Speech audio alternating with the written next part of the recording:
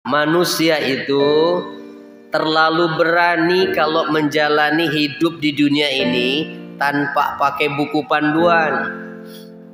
Gitu. Sembrono nanti hidupnya. Kalau nggak pakai buku panduan, seperti sembrononya orang yang beri balang elektronik nggak pakai lihat buku panduan tadi. Akhirnya apa? Cepat error. Begitu juga manusia yang tidak menggunakan buku panduan dalam menjalani hidupnya, maka hidupnya cepat error. Tidak mengerti mana yang hak, mana yang batil. Tidak paham mana yang baik, mana yang buruk. Bahkan tidak mengerti mana yang halal, mana yang haram.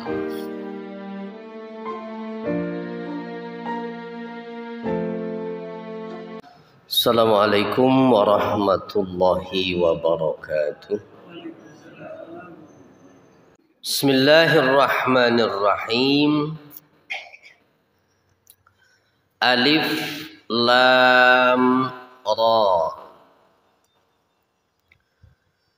Hanya Allah yang mengetahui maksud sebenarnya dari pernyataan Alif Lam Ra.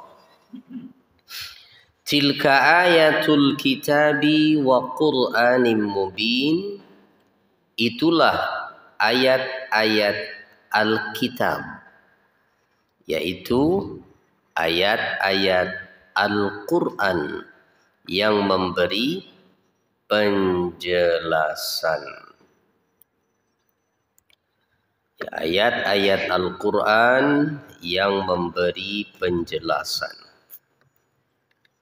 Jadi Allahu a'lamu bimuradihi bizalik. Tentang Alif Lam Ra tidak ada yang berani menafsirkan hal itu.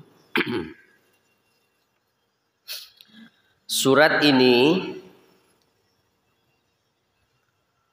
di dalam keterangan tafsir Aisar yang menjadi referensi utama kita, dinyatakan bahwa an-surata makkiyah, bahwa surat ini termasuk surat makkiyah katanya. Jadi tidak mesti makkiyah itu yang surat-surat pendek saja dong, berarti ada yang panjang juga tapi makkiyah. Fa innaha tu'aliju qadaya al-aqidah wa a'zamuha at-tauhid wan nubuwah wal ba'ts. Karena itu dilihat dari kandungan yang ada di dalamnya. Surat-surat makkiyah itu, kandungan surat-suratnya itu banyak sekali mengandung qadiyah-qadiyah tentang akidah, tuntutan-tuntutan tentang akidah. Dan yang paling besar di antara akidah itu adalah tentang tauhid, tentang kenabian Muhammad, serta adanya hari kebangkitan. Rata-rata surat makkiyah itu menjelaskan tentang itu. Karena ini adalah periode Makkah, di mana banyak orang baru masuk Islam, sehingga yang diperlukan adalah menanamkan akidah yang kuat. Jadi sebelum nanti akan ditetapkan berbagai macam aturan ya di dalam syariat agama. Jadi sekali lagi, surat ini termasuk makkiyah. Tilka ayatul kitab. Nah, firman Allah bahwa itulah ayat-ayat Alkitab. Nah, Alkitab yang dimaksud itu adalah Al-Quran. Minal jaiz al-qaul, di antara perkataan yang boleh dinyatakan berkaitan dengan ayat ini bahwa al-ayatu al-mu'allafah min misli hazihil huruf, bahwa maknanya adalah ayat-ayat yang disusun dari huruf-huruf seperti ini, sehingga ayat tadi didahului dengan alif, lam, ra, termasuk juga yang lainnya, alif, lam, mim, ta, sin, ha, mim, ain, sin, qaf, begitu. Nah, ayat-ayat yang demikian itu yang disusun dari huruf-huruf tadi yang dijadikan pembuka surat itu adalah ayatul kitab. Ayat-ayat Al-Qur'an, ayat-ayat kitab suci, wa Qur'anim mubin, dan kitab tersebut adalah Al-Qur'an yang memberikan penjelasan. Qur'anin ini menjelaskan makna Alkitab, ya. Alkitab yang mana? Ayat-ayat Alkitab yang mana? Ayat-ayat Alkitab yaitu, gitu, dijelaskan. Al-Quran yang memberikan penjelasan. Ay al-mubinu lil haqqi wal batil wal huda wad dalal, yaitu Al-Quran yang memberikan penjelasan tentang yang hak dan batil, tentang petunjuk dan kesesatan, sehingga siapapun manusia jika tidak mau tersesat dalam kehidupan di dunia ini, maka dia harus menjadikan Al-Quran ini sebagai pedoman hidupnya, karena di dalamnya dijelaskan tentang mana yang hak, mana yang batil, mana yang termasuk petunjuk, mana yang termasuk kesesatan. Makanya Al-Quran disebut sebagai pedoman hidup, gitu ya, buku panduan agar manusia tidak tersesat, ya. Apakah cukup buku panduan hidup itu dimiliki dan kemudian dipajang di rumah? Kira-kira gimana jawabannya? Ya tidak sama sekali. Ya, Bapak beli televisi baru, merek yang paling bagus, teknologinya paling canggih, misalnya begitu. Ada buku panduannya di situ. Buku panduannya nggak pernah dibuka, masih disegel, disimpan aja di atas TV-nya.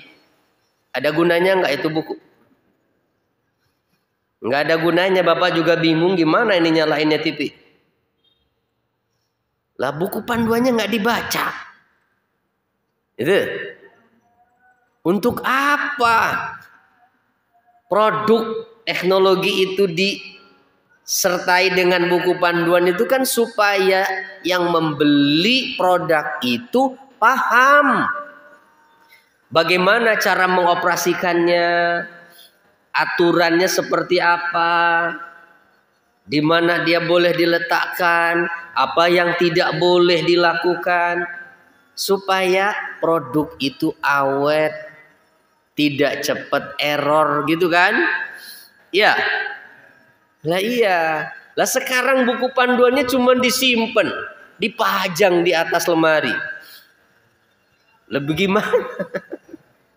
Nggak ngerti, akhirnya bingung nyalain TV-nya kan? Nyalain seenaknya, tarik-tarik kabel. Resikonya apa? Meledak, konslet, error, Pak.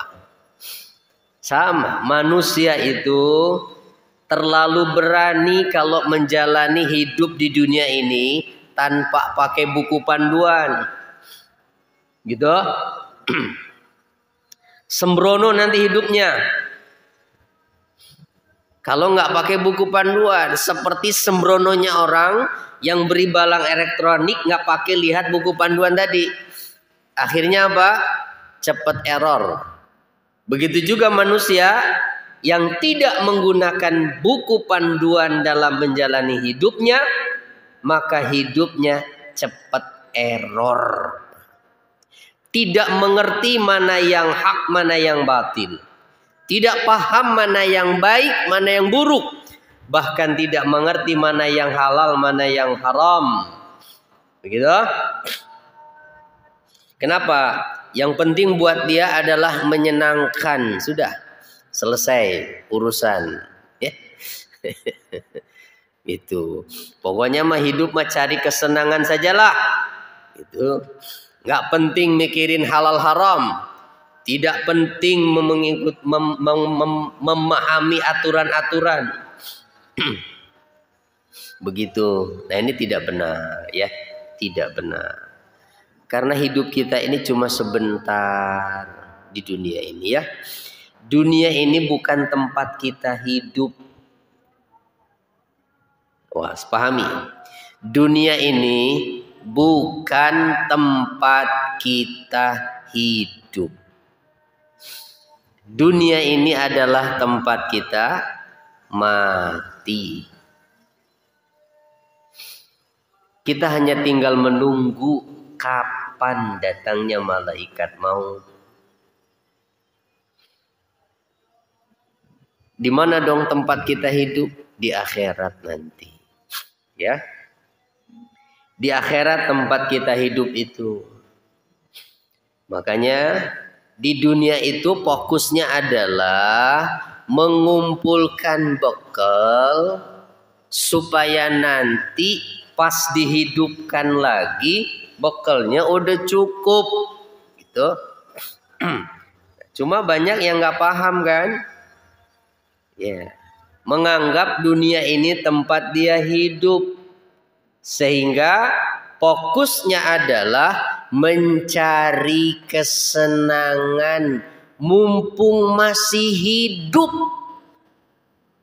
Kalau udah mati nggak bisa apa-apa. Begitu mikirnya. Kalau nggak paham panduan hidup, yang dipikirkan adalah hidup di dunia ini mencari kesenangan. Udah. Mumpung masih hidup, kalau udah mati mah nggak bisa apa-apa. Kumpulkan uang sebanyak-banyaknya, cari harta, bikin rumah yang mewah. Itu jangan sampai kalah sama yang lain. Raih jabatan-jabatan dunia ini, gitu. Ya. Kalau perlu yang tak terkalahkan jabatannya, begitu nggak ada yang bisa mengungguli lagi. Mumpung masih hidup nih, kalau udah mati mah nggak bisa apa-apa. Itulah cara berpikirnya manusia yang memahami bahwa dunia ini adalah tempat tinggalnya. Dia nggak pernah mikirin akhirat. Tapi manusia yang paham bahwa dunia hanyalah tempat dia mati, nanti dia hidup adalah di akhirat yang waktunya tak terbatas. Tidak akan ada lagi kematian nanti di akhirat. Maka orang yang demikian, dia hanya akan mengambil bagian dari dunia yang penting-penting saja. Dan fokusnya adalah mengumpulkan bekal untuk akhirat. Begitu Pak. Ya. Jadi mengumpulkan bekal untuk akhirat. Sudah seberapa banyak bekal kita? Umur udah 50 tahun, 60 tahun. Kan waktunya sebentar lagi. Sudah cukup belum kira-kira bekalnya untuk nanti perjalanan kita di akhirat? Kan begitu harusnya. Ya. Nah. Ayo kumpulkan. Mumpung masih dikasih hidup, ya manfaatkan sebaik mungkin, ya. manfaatkan sebaik mungkin. Kenapa? Nggak apa-apa, nggak usah mikirin saya mah sudah terlanjur, umur udah 60, nggak pernah sholat. Kalau tobat juga kayaknya nggak mungkin diterima. Udahlah nggak apa-apa, saya mah ke neraka aja. Nauzubillah kalau ada orang mikir begitu, Pak. Ya. Jangan berpikir seperti itu. Sebab innamal a'malu bil khawatim, kata Nabi. Sesungguhnya yang menentukan hubungan hamba dengan Allah itu adalah amal-amal yang di penghujung umurnya.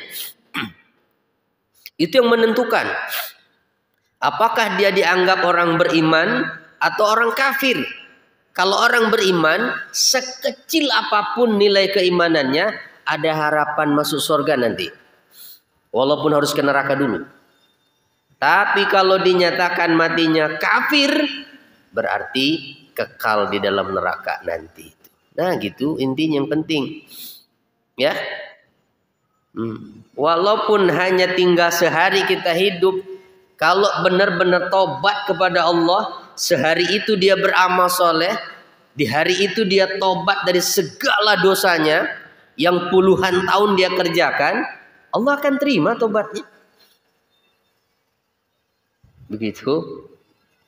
Dan dengan amalnya yang hanya satu hari itu, dia punya peluang untuk menempati surga nanti di akhirat. Begitu Pak ya. Jadi kalau ada orang yang mengatakan terlanjur, itu sebetulnya hatinya sudah tertutup oleh setan. Terkunci hatinya itu. Ya. Tidak mau tobat sebetulnya. Dia mengingkari hati nuraninya. Jadi sebetulnya hatinya sadar bahwa ada rasa takut bahwa dia masuk neraka. Nah, sebetulnya sadar masuk neraka itu takut. Nah, tetapi karena nafsu yang lebih kuat, begitu, kesadarannya tertutup. Sehingga muncul kata-katanya, udahlah terlanjur saya mah. Nauzubillah ya. Mudah-mudahan kita nggak seperti itu. Oke, jadi Al-Quran ini adalah menjelaskan tentang hak dan batil.